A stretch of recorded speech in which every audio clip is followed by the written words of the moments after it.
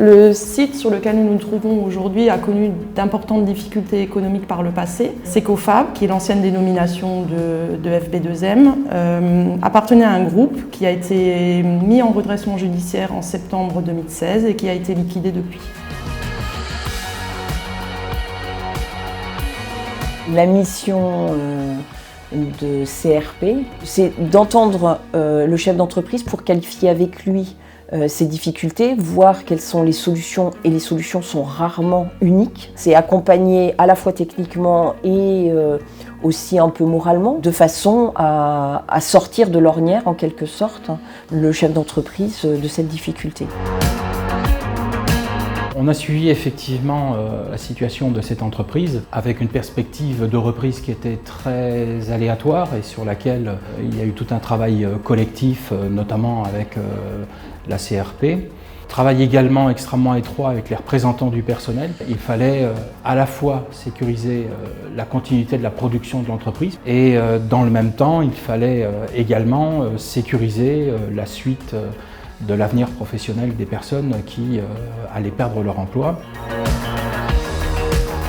En l'occurrence, le commissaire redressement productif a participé activement à la recherche de repreneurs, a appuyé très largement l'offre de la société FB2M et a aussi par moment rencontré les salariés et su trouver les mots, alors les rassurer ou leur donner suffisamment envie pour qu'ils adhèrent à la solution de reprise.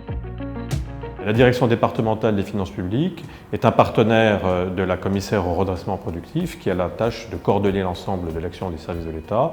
Donc nous lui apportons l'expertise et, dans la mesure du possible, les solutions qui sont de notre compétence pour faciliter le règlement du dossier.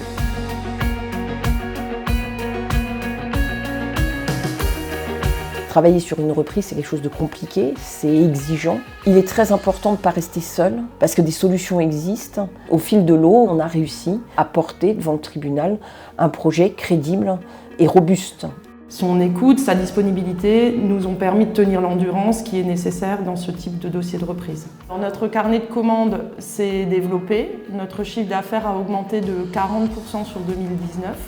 Nous sommes aujourd'hui 55 salariés sur le site, avec 6 apprentis et, en fonction des périodes et du carnet de commandes, une vingtaine d'intérimaires.